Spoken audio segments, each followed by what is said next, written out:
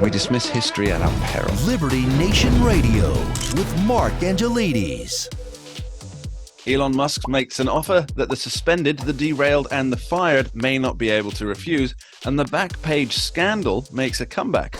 And welcome back to yourselves to Liberty Nation Radio. We're talking liberty with Liberty Nation's legal affairs editor, host of the Awesome Uprising podcast, and a Spartan warrior for free speech, Mr. Scott D. Cosenza. Welcome back, Scott. Thank you so much, Mark. I appreciate all that. A Spartan without the red cape and no pants, of course. He is a modern day Spartan. So there's a reason why we're shooting me from the sternum up. Absolutely. Now let's start with the Backpage story, Scott. Now I remember this from years ago. Why is it still going on? Well, it's still going on because for some reason the government can't get the prosecution of the Backpage founders out of its blood, in spite of the evidence and in spite of their own findings. We most recently have a delay now in a trial that was previously delayed because of a mistrial, because of government malfeasance. Yeah.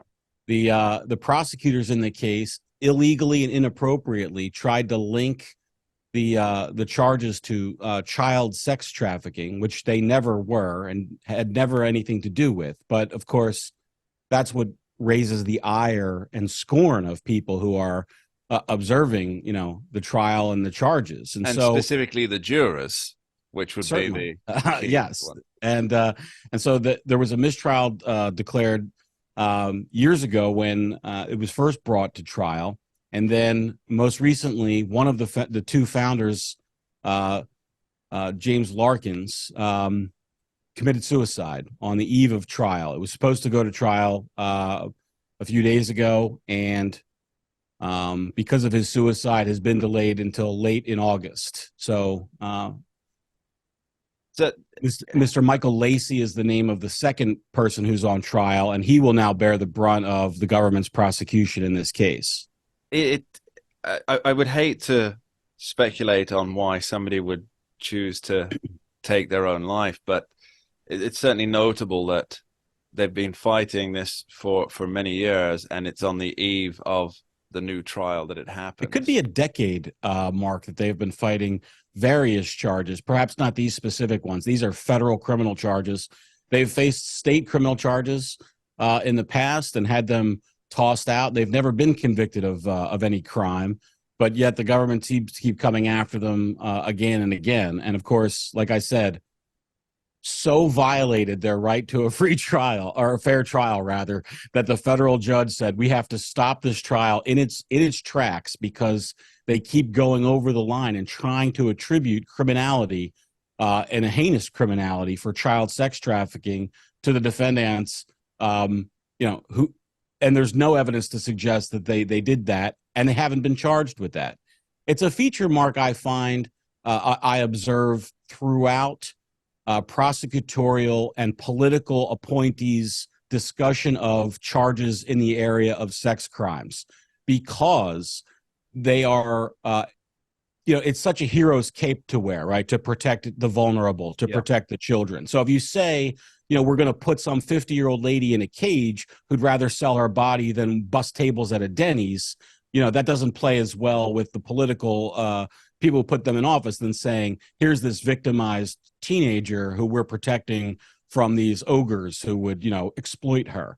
And so that's the narrative they run with, even if it's not true, like in the case of Mr. Lacey and Larkin. And one does wonder, did it contribute to his suicide, of course? I believe that there's a Kamala Harris involvement in this initial prosecution, isn't there? Well, Kamala Harris prosecuted both of the men for pimping or pandering, promoting prostitution criminally under state law in California, and those charges were thrown out. And as an attack on the First Amendment. Now, these people established a website that was a competitor to Craigslist. In the early 2000s. That's how they got their start. And it was fueled by the success of those classified ads and commercial sex advertising. Now, when I say commercial sex advertising, I use those terms advisedly, Mark, because prostitution is something that is a component of commercial sex advertising, but not all commercial sex advertising is prostitution or is forbidden by law. And Mr. Lacey and Larkin, well, now it's just Mr. Lacey, I guess, who's the active criminal defendant, has always maintained that they never took ads on purpose that promoted prostitution. They were aware they were taking ads, of course, that were commercial sex, industry ads, but not the actual prohibited acts of prostitution. And a close examination of those ads reveals that oftentimes they aren't about prostitution. And there's a huge universe of permissible, legal, commercial sexual activity that falls short of prostitution that one is allowed to make money off of advertising. And that's what they did. Yeah, it seems strange that 10 years worth of government effort would go against this when there has been so many setbacks to the government's case. And then you look at, for example, I'm not saying that the government's playing favorites or that prosecution is political, which of course every prosecution is, but you look at the amount of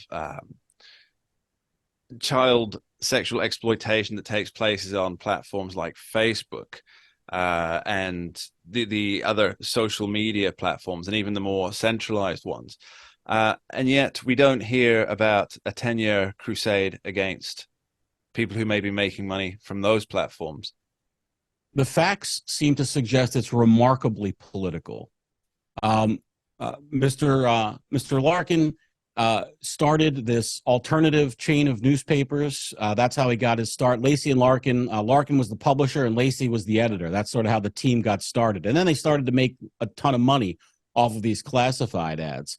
But they were fueling journalistic enterprises. To be clear, this wasn't a group of people that were just interested in profiting off of near prostitution, commercial sex trafficking, or something, along those lines. They did hard-hitting independent journalism. And one of their targets was John McCain, by the way. They're Arizona-based, and they started locally. For instance, Joe Arpaio, they were responsible for Sheriff Joe, America's sheriff. They were responsible for many of the revelations of his disgraceful conduct, feathering his own nest, and violations of civil rights of those who were his political enemies. And the same for John McCain. And also the funny business with McCain's wife and her drug sort of conviction that, she was allowed to basically plead to a slap on the wrist for stealing drugs in a way that defendants who were not highly connected would not have been. And they reported on these things and exposed them. And they allege that these political figures wanted them prosecuted. And here's what we know, Mark. The lawyers who aren't politicians at the Department of Justice wrote a memo that said, don't prosecute these guys. They said they're actually helping the cause for child sex trafficking victims. And the reason why is because they were remarkably responsive to requests for investigative help by the FBI. They had like a button that said, like, report this listing for somebody who maybe appear underage. And they had their own internal policies. This is the DOJ saying this, Mark. The DOJ said that they erred on the side of caution with displaying ads that may have featured underage individuals, for instance. Well, we will keep following this when it eventually does get to trial, assuming anybody's left by the time it does. And we'll see what the Department of Justice has to say about it this time around. Now, Scott, very quickly, I'd just like to broach one more topic with you, and that's Elon Musk offering to pay the legal fees of anybody who's lost their job or been downgraded because of liking or their activities on Twitter. What is he on about? He can't be entirely serious, can he?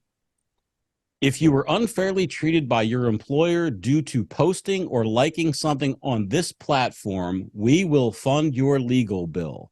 No limit. Please let us know. That is the text of the tweet. That is a bold Mark. statement. It's almost like I'm surprised it hasn't been deleted by now, because certainly the requests are going to come in a deluge. And just for anybody who's reading it, in the first week of law school and contracts class, you'll learn that the the establishment of a contract depends on the meeting of the minds, which is to say that both people have agreed for a thing. And this does not include a meeting of the minds. If you were fired, Elon Musk doesn't have the legal obligation now to pay your bills. But I think it's a great shot across the bow for some larger employers.